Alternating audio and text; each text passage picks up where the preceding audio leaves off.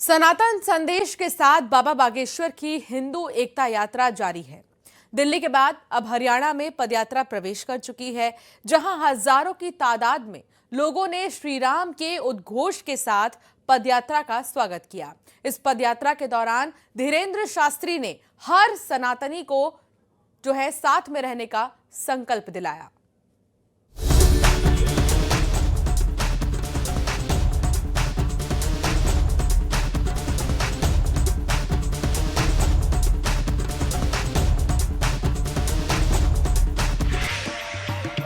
चंदन तिलक, भगवा चोला, राम नाम का उद्घोष और हजारों सनातनियों के साथ धीरेन्द्र शास्त्री।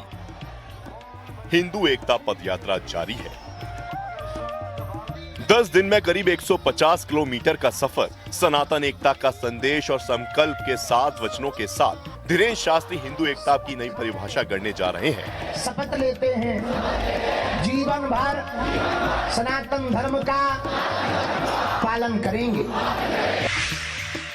मकसद है हिंदू राष्ट्र, हिंदू एकता, राष्ट्र प्रेम, छुआछूत भेदभाव मुक्त भारत। हिंदू समाज को एकजुट करने की ये एक मुहिम है।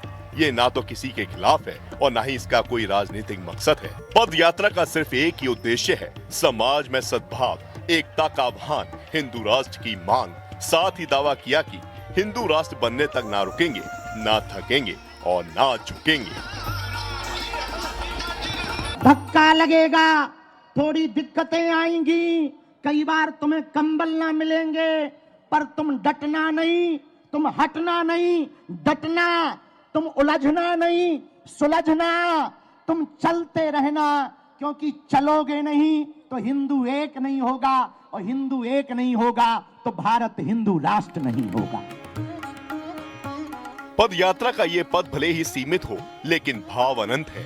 धीरेन्द्र शास्त्री की इस यात्रा को समर्थन देने के लिए न सिर्फ आम लोग पहुंच रहे हैं, बल्कि कई नेता और क्रिकेटर भी उनका हाथ थामे आगे बढ़ रहे हैं।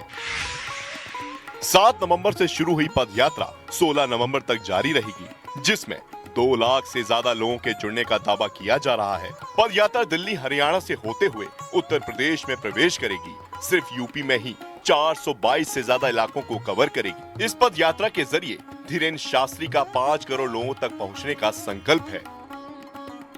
तीसरा दिन भव्यता दिव्यता के साथ संपन्न हो रहा। आज हमने पूरे भारतीयों को आह्वान किया कि हम हिंदुओं के लिए सड़कों पर उतरे हैं। इस देश का हिंदू भारतीय देश के लिए, धर्म के लिए सड़कों पर उतरे, जगे और जगाए, अपनी संतति संस्कृति को बचाए और हर भारतीय आर्मी को डोनेशन दे, ताकि भारतीय सेना शक्ति संपन्न हो और देश हमारा समृद्ध हो और विरोधी ताकतों से बचा जा सके और विदेशियों को मुंह तोड़ जवाब मिल सके जो देश को तोड़ना चाहे। भारत हिंदू राष्ट्र ही है, लोगों के दिलों पर हमें चाहिए हिंदू राष्ट्र। दिल्ली से निकली पद यात्रा ने जब हरियाणा के फरीदाबाद में एंट्री मारी तो सारा माहौल भगवामय हो गया। हजारों की तादाद में हाथों में भगवा ध्वज लिए लोग जय श्री राम और हर हर महादेव के नारों के साथ आगे बढ़े।